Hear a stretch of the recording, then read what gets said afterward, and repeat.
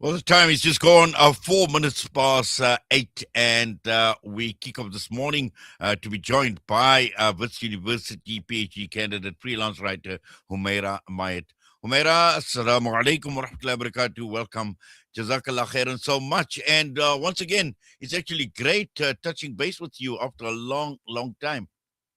Walaikum salam. Thank you so much for having me. And it's so nice to see you all again. Yes, Humairaa, I've had a look at this PDF document that was sent to me, 16 pages. I must say, pretty comprehensive, but it actually speaks a lot to what we are seeing happening around us, particularly with the migrant crisis. We know Ashraful Aid has been at the forefront of, providing relief to the migrants and many a times we actually don't take a serious note of the human cost of this crisis, and this is what this document actually speaks to. Yeah, I think the event was what we saw happen in the aftermath of the 30th of June, and even in the days leading up to it was staggering and something no one could have really predicted. Yes, we all assumed the worst, but what we actually saw emerging on the ground was something else entirely. And as a result of that, we've produced this document. But I think this is just the tip of the iceberg. There's a lot more to come after this, inshallah. Well, certainly. And also, I think the title of this document, Preserving a Dignity in Crisis. Few words, but it actually speaks volume, Homera. Take us through some of the background and some of the thinking behind, behind this piece that has been written. Well, the title actually came about as a result of what we saw unfolding. We saw these people being gathering outside these embassies, gathering in these areas, and what struck us most was the fact that they were stripped of their dignity. They were there against their will. They were there as a result of, political conditions in the country, as a result of fear, as a result of lack of other options. And they were terrified. They were there with no resources. They didn't even have time to gather their things before they left. And as a result, were stripped of their dignity. And we saw this emerging. We saw men, women, and children. We saw chronically ill people. We saw people who were sick, dehydrated, exhausted. We saw little children, pregnant women. All of these individuals had basically nothing due to the fact that they left so suddenly. And yes, they were stripped of their dignity among their other possessions. And in an attempt to do that, in an attempt to preserve dignity, we sort of sought to assist where we could. And yes, of course, the crisis is gigantic. But yeah, the human cost of the migrant crisis, we're still actually coming to understand how large it is. Yes, and also, Humera, I think what is important is how Ashraful Aid has responded, and this is what this document speaks about. It speaks about guided or responding according to a mandate, a humanitarian mandate, and these are critical. These are buzzwords we talk about when we talk about the principles of humanity. We speak about impartiality, we speak about compassion, we speak about working alongside many people, many organizations, including government, to ensure that that dignity is preserved or to an extent even restored. Yes, of course. I mean, like you say, these are buzzwords, but sort of actualizing them is where the challenge comes in. And I think what was most important, specifically when looking at this crisis, the 30th of June and the aftermath of it, was sort of the preparedness for it. I don't think anyone imagined it to be this big. Yes, I think many organizations, whether they were faith-based, whether they were humanitarian, whether they were governmental, whatever it is, they did imagine something was going to come about as a result of the 30th of June. I just don't think anyone imagined it was going to be this massive.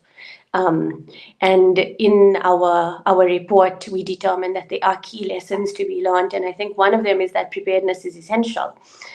So yes, of course, we thought something was going to happen. We saw things were going to come out of this crisis, but we didn't think they were going to be quite this large.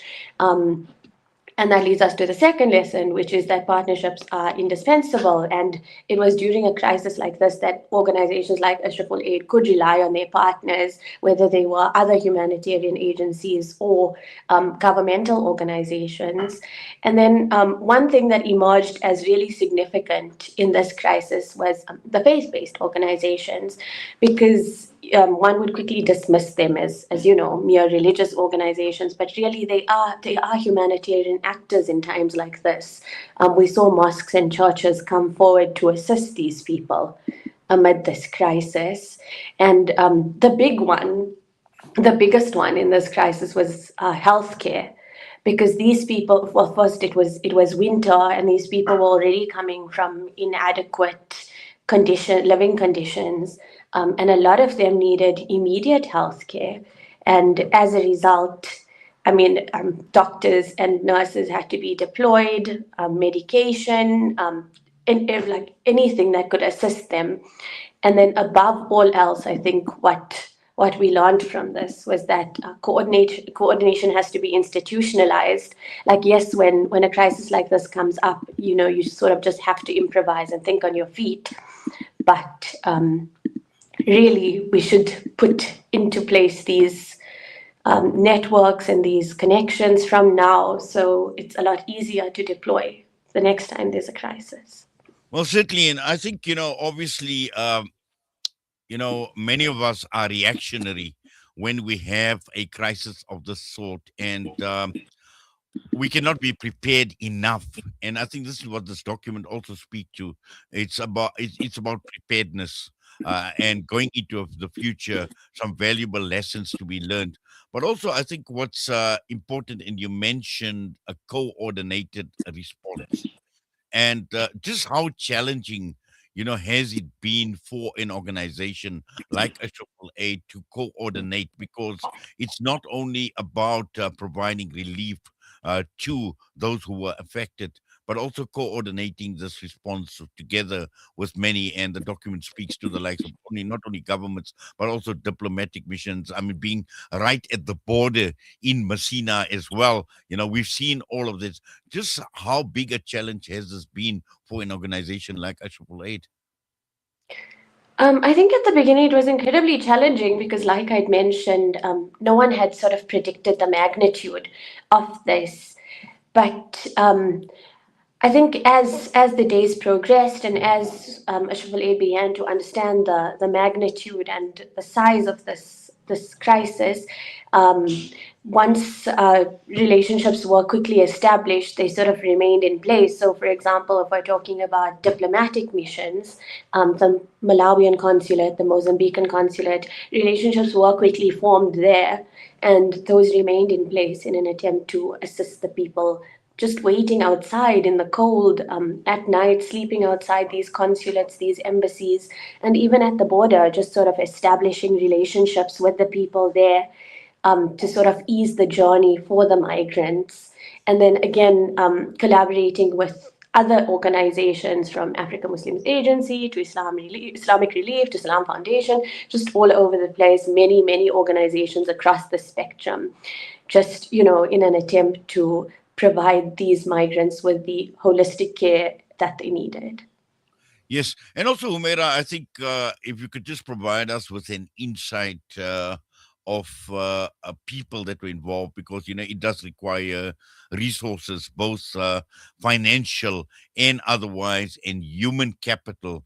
Absolutely important, because this is what it needs. It needs that humanitarian touch, which is number one, but also in terms of resources, it requires commitment, it requires dedication, and I'm sure a lot of that was quite visible in terms of the human capital and the sacrifices and the extra mile that people were prepared to go to try and address the problem.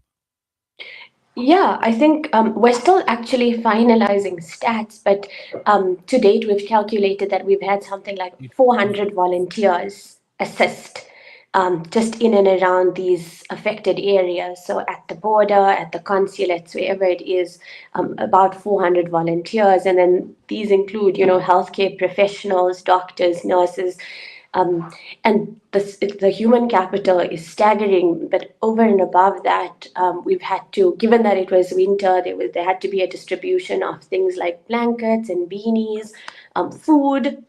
So loaves of bread and food from volunteers, food prepared by volunteers, for women, sanitary products for the babies, nappies and wet wipes, baby formula.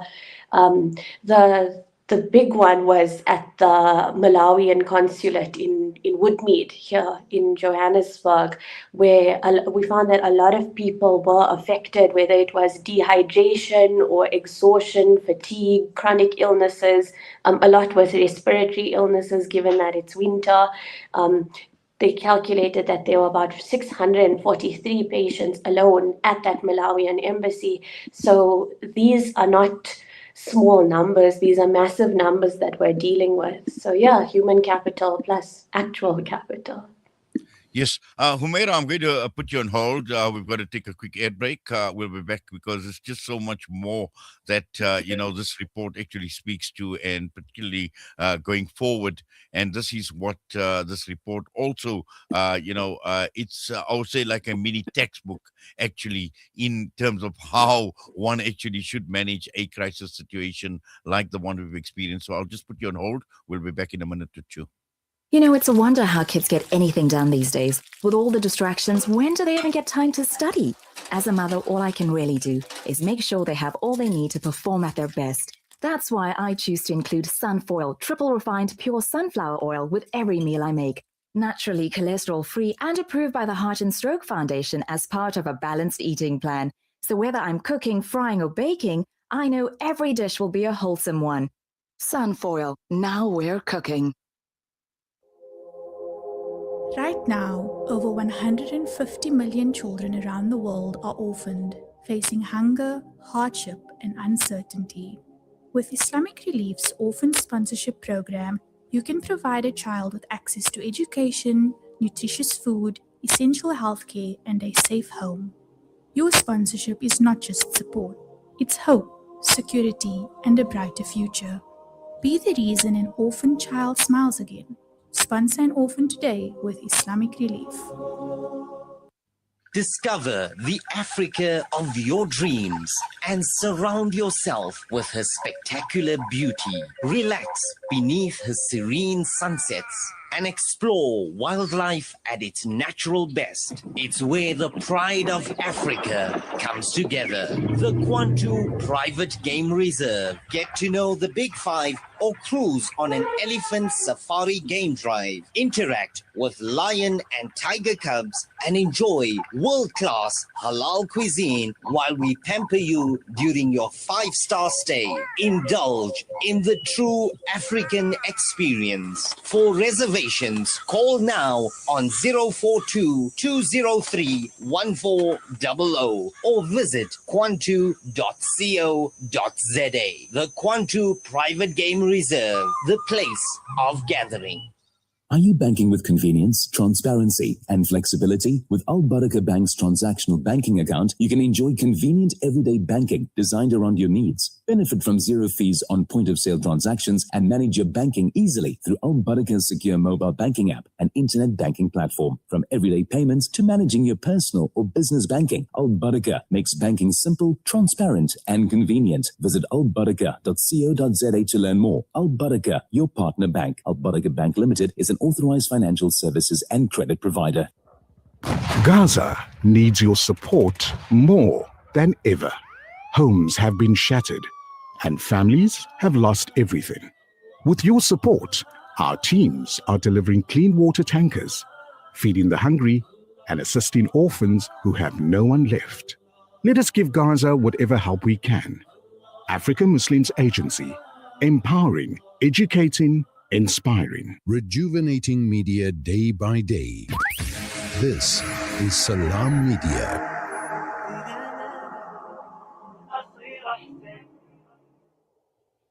Well, we continue our discussion this morning with Humairaa Mayet, PhD candidate at Wits University, and we're talking about preserving the dignity of people during a humanitarian crisis like the one we have been witnessing in South Africa. Humairaa, just to continue, and what I quite like about this report is it talks, not only about the crisis, it talks not only about the response to the crisis. And I see, to an extent, it obviously details how this actually came about, the first response in Durban, and how this actually was then scaled upwards to a national response. It speaks about Gauteng, it speaks about the medical response, government coordination, diplomatic, all of that. But also, I think what is important is, and I mentioned somewhat of a mini textbook in terms of how to actually respond, because there are just so many recommendations, there are so many lessons that one can actually take and going forward. And let's just talk a bit about trying to understand, why this is so important and why we need to get to grips with some of the recommendations that the report speaks to. Yeah, so I think, like you say, it's a mini textbook and there are lessons to be learned purely because, like I'd mentioned earlier, no one could have predicted how huge this crisis was going to be. And I mean, yes, it required a lot of improvisation on the part of humanitarian organizations in that moment. But now we're seeing, now that the bulk of it has passed, yes, of course, there are still some issues underway. We are still seeing some migrants facing struggles in our country and as they return to their countries. But now that the worst has passed, we can look back and take some lessons from what we saw happen.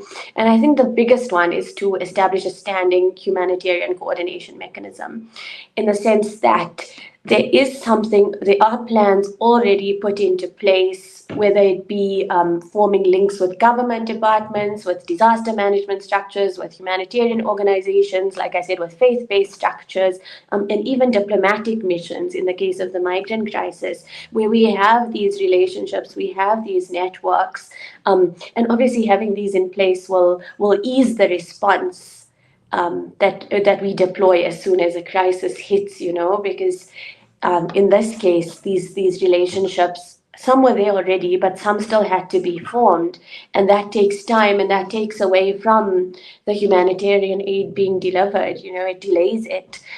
So these networks should be put into place, and once in place, sort of put on the back burner, and then when the crisis hits, they can be activated immediately. They can be deployed immediately.